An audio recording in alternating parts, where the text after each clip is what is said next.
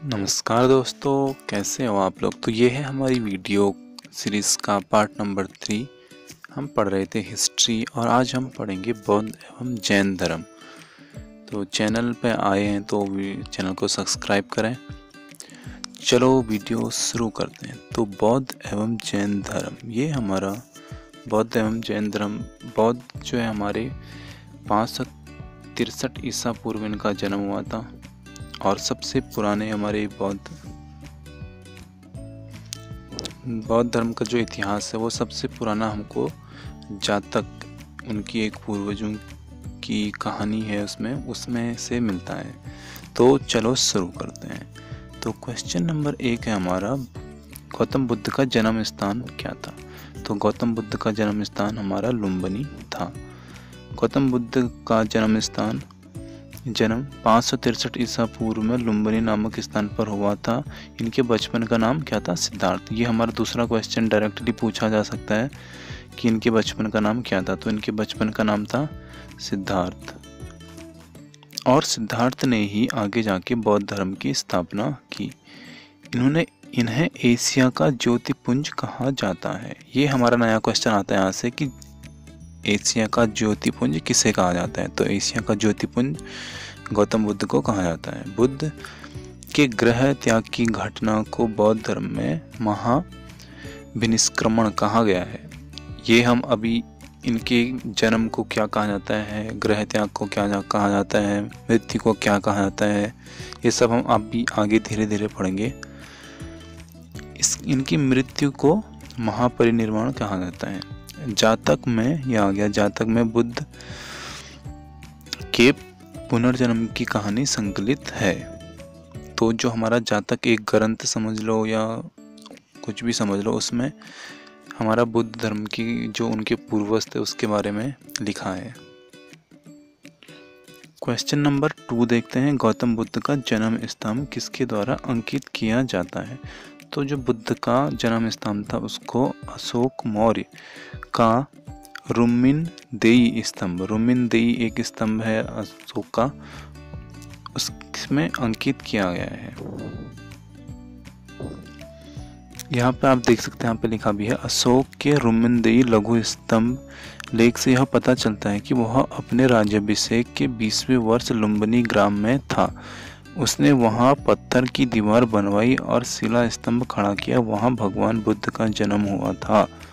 अतः लुम्बिनी ग्राम का भूमि कर घटाकर 1/8 कर दिया गया, क्योंकि यहाँ पे गौतम बुद्ध का जन्म हुआ था तो इसलिए वहाँ पे जो भूमि कर था वह 1/10 कर दिया।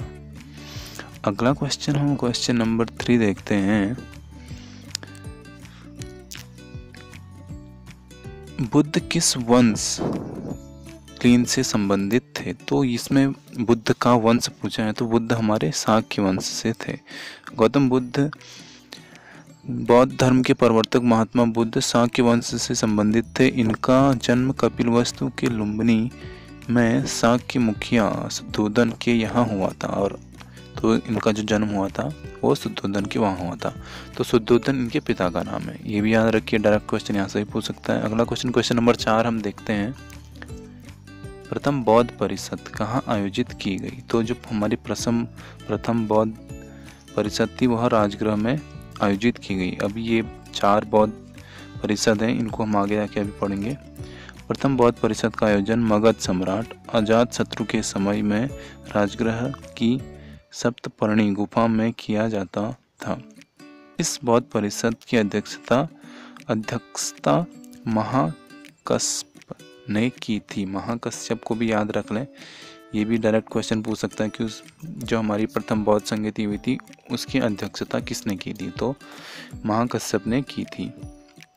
क्वेश्चन नंबर 5 देखते हैं, 5वीं बौद्ध परिषद का आयोजन किसने किया था। तो जो 5वीं बौद्ध परिषद थी उसका आयोजन हर्ष ने किया था। 5वीं बौद्ध परिषद का आयोजन हर्ष के समय कन्नौज में किया गया था। जबकि अशोक का तीसरा और कनिष्क, अशोक जो है हमारी तीसरी बौद्ध संगति के समय थे, कनिष्क के समय 4थी बौद्ध परिषद का आयोजन किया गया था। अभी क्वेश्चन नंबर 6 देखते हैं, बुद्ध का अर्थ क्या है। तो अगर बुद्ध का यहाँ पे अर्थ दे रखा है हमको, ज्ञान की प्राप्ति। यानी 6 वर्षों की साधना के पश्चात 35 वर्ष की आयु में वैशाख पूर्णिमा, कब? वैशाख पूर्णिमा की रात पीपल वृक्ष के नीचे सिद्धार्थ को ज्ञान की प्राप्ति हुई। कौन से वृक्ष के नीचे हुई? पीपल वृक्ष के नीचे। इसके बाद यह बुद्ध नाम से विख्यात हुए। अतः बुद्ध का अर्थ ज्ञान प्राप्ति से है और उसके बाद इनको बुद्ध कहा जाने लगा। तो इसलिए जो हमारा बुद्ध का अर्थ निकालते हैं सीधे सीधे ज्ञान प्राप्ति से निकालते हैं। क्वेश्चन नंबर 7 देखते हैं, निम्न में से बौद्ध साहित्य की पहचान करनी है। तो त्रिपिटक, बुद्ध पिटक, सुत्त पिटक, विनय पिटक और अभिधम्म पिटक, ये 3 पिटक थे बौद्ध धर्म में। त्रिपिटक बौद्ध धर्म के साहित्य का अंग है। ये हैं सुत्त पिटक, विनय पिटक और अभिधम्म पिटक। उपनिषद एवं आरण्यक वैदिक ब्राह्मण धर्म से तथा अंग जैन धर्म से संबंधित है। अंग हमारा जैन धर्म से संबंधित है, यह अभी हम आगे भी पढ़ेंगे। क्वेश्चन नंबर 8 हम देखते हैं, बौद्ध धर्म ने समाज के 2 वर्गों को अपने साथ जोड़कर महत्वपूर्ण प्रभाव छोड़ा। वे वर्ग थे स्त्रियां और शूद्र। इन्होंने स्त्रियों और बौद्ध धर्म ने स्त्रियों और शूद्रों के लिए अपने द्वार खोलकर समाज पर गहरा प्रभाव जमाया। ब्राह्मण धर्म ने स्त्रियों और शूद्रों को एक ही दर्जे में रखा और उनके लिए न यज्ञोपवीत संस्कार का विधान किया और ना ही वेदन्य का। तो यानी इसका मतलब सीधे ये है कि जो स्त्रियां हैं उनको हम सबसे अलग रखते थे पहले के टाइम पे। तो बाद में बौद्ध धर्म ने इसका विरोध किया और स्त्रियों को भी अपने धर्म के प्रचार प्रसार के लिए उनके दरवाजे खोले। बौद्ध धर्म का ग्रहण करने पर उन्हें इस अधिकारहीनता से मुक्ति मिल गई।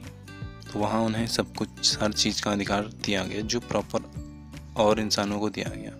क्वेश्चन नंबर 9 देखते हैं। क्वेश्चन नंबर 9 है, बुद्ध ने अपना प्रथम प्रवचन कहाँ दिया था? तो ये सबसे इम्पोर्टेंट है कि बुद्ध ने अपना प्रथम प्रवचन कहाँ दिया था?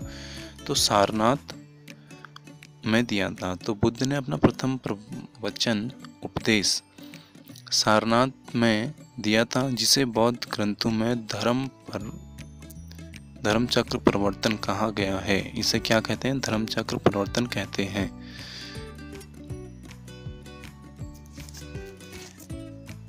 बुद्ध ने अपने उपदेश जनसाधारण की भाषा पाली में दिए। तो भाषा भी कितनी बार पूछ लेता है कि बुद्ध के उपदेश कौन सी भाषा में है? तो किस में है? पाली में है। अभी हम क्वेश्चन नंबर 10 देखते हैं, बौद्ध धर्म निम्न में से किन मतों पर विश्वास करता है?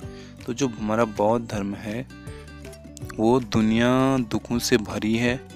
हाँ, इस पे भी, क्योंकि पहले उनको दुख का पता नहीं था लेकिन बाद में उनको दुख का पता चल जाता है बौद्ध को।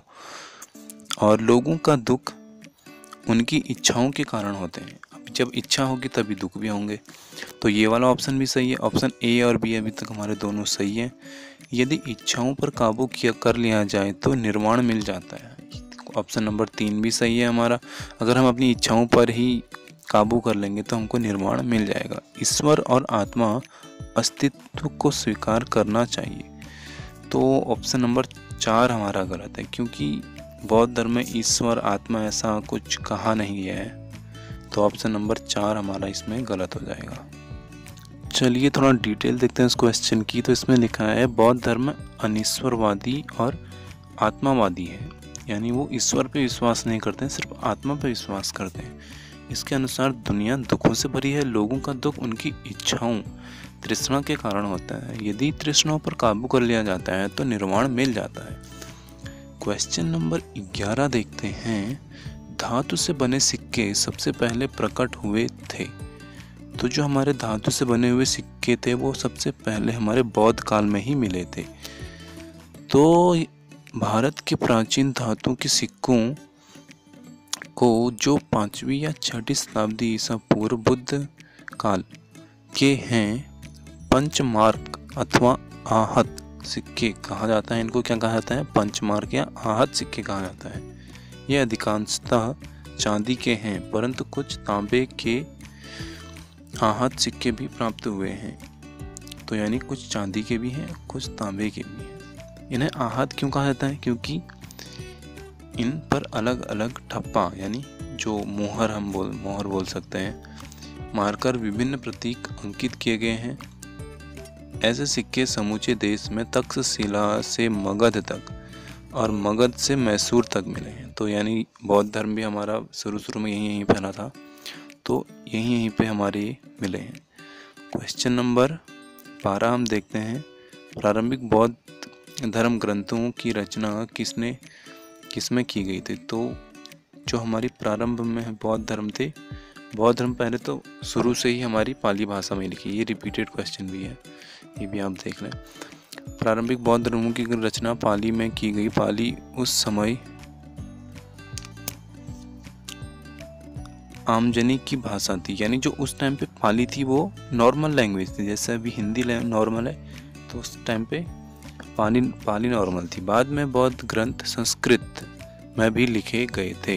बाद में संस्कृत कॉमन लैंग्वेज हो गई होगी, तो उसके बाद संस्कृत भी लिखी गई, संस्कृत में भी उनके धर्म ग्रंथ लिखे गए।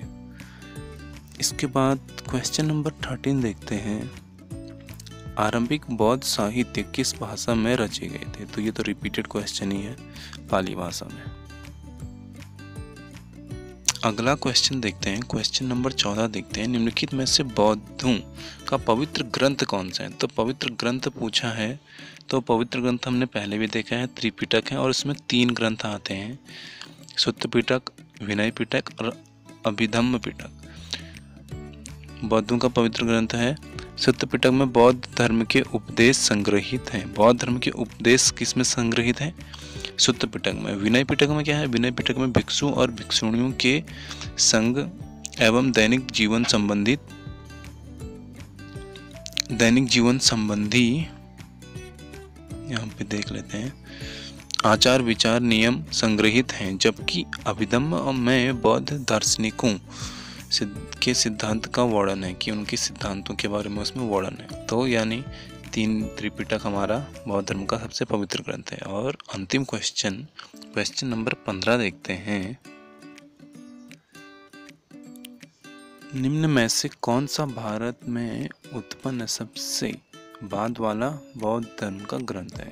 तो जो सबसे बाद में हमारा लिखा गया था वो है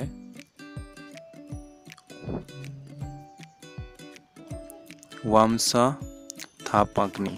तो ये हमारा सबसे बाद वाला ग्रंथ है। अभी इसका डिस्क्रिप्शन देख लेते हैं। उपयुक्त विकल्प में से भारत में रचित सबसे बाद वाला बौद्ध ग्रंथ वामसात पाक्सिनी था। इसकी रचना 10वीं शताब्दी में हुई, यानी बौद्ध धर्म हमारा 6ठी शताब्दी से शुरू हुआ, 6ठी शताब्दी पूर्व से शुरू हुआ, और इसका जो ये वाला ग्रंथ लिखा गया है वो 10वीं शताब्दी में लिखा गया है। ये अभी इसमें वैसे हैं तो बहुत सारे क्वेश्चन। इसके बाद बौद्ध धर्म और जैन धर्म पर एक और वीडियो आएगी, वो वीडियो इसके बाद यानी इस वीडियो के बाद कल आएगी। तो ये वाली वीडियो यहीं पे ख़त्म करते हैं। अगर आपको वीडियो पसंद आई तो अपने दोस्तों के साथ भी शेयर करें, ताकि उनको भी थोड़ा पता चले कि प्रीवियस ईयर में बौद्ध धर्म से कैसे कैसे क्वेश्चंस पूछे गए हैं। Thank you guys.